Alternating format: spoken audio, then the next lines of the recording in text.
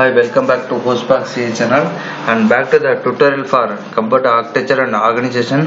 Today we are going to see the topic called disk access time. That's parameters. What are the parameters in the disk access time?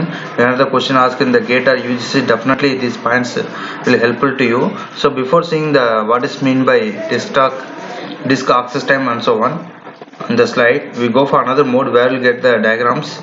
For better clarity and understanding purpose, we go to the mode here. So it's a general diagram of the hard disk or CD where you have a spindle is in middle and arm assembly read write head is there. The rotations, the data, whenever data transfer happen, the CD automatically rotate here and it consists of sectors and so on. Track will be there. In track inside you have sectors 1, 2, 3 and so on here. So this is general architecture we can understand. For better clarity, let's move to the PPT here. So now the question is, you have to understand what is disk access time. So disk access time means, you can say the simple definition: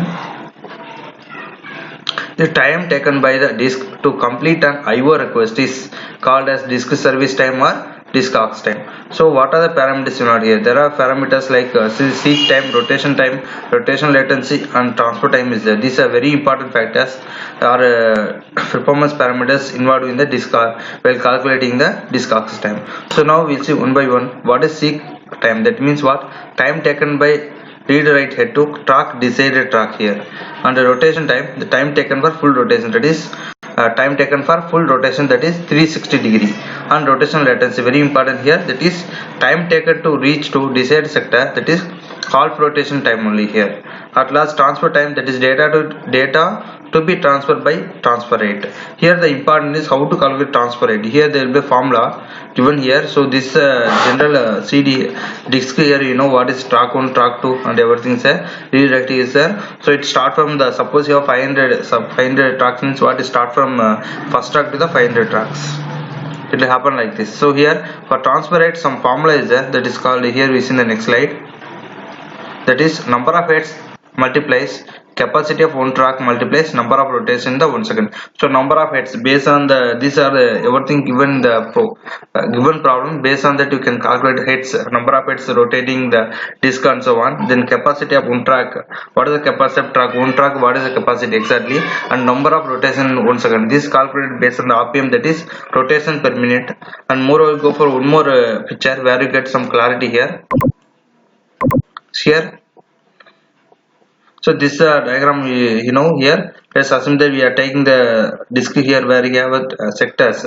Track is there, then S1, S2, S3, and moreover the advantage what, the track, the disk may rotate in the clockwise or anti-clockwise also. Based on the speed and the data transfer, it may clockwise or anti-clockwise, so clockwise also it will rotate here. So here RPM is the important parameter here. Let's back to PPT here.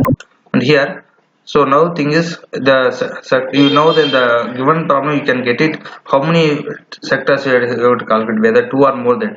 And here the question, how much data transfer in a second, that is very important. How much data transfer in a second, maybe MB or whatever that.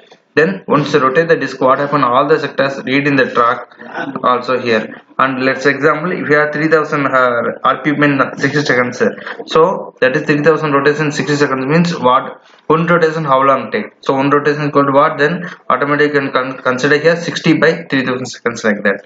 And moreover here additionally, if you want, you can add this one.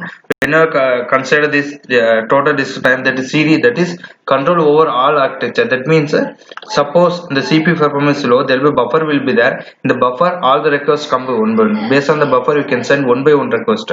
So here total disk access is calculated by the formula ST plus RL plus TT. This is very very important, and CT is the option here. At last QT, that is what, QT. Just now I told you QT is the Q delay. Sorry, just now I told you that this is the control over architecture, overall control time. The time is there. We can time seconds given, either second we can add or not. Sorry for a small mistake. But Q is a Q delay. That is a Q timer. That is what means. Just now I told you the CPU performance low, there will be buffer will be there. In the buffer, the request in the queue one by one we can send the queue.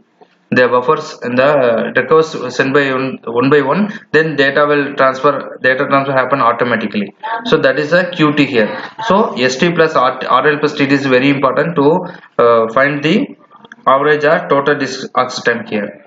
And CT is the option here. QT is sometime given in the problem is you can add, otherwise not. In the upcoming session definitely we discuss some of the points here, solve the problem, then only you can clarity. And if you have any queries or suggestions, please kindly comment it with the social media. And thanks for watching. Please like, share, comment, subscribe, press bell icon for more updates. Thank you.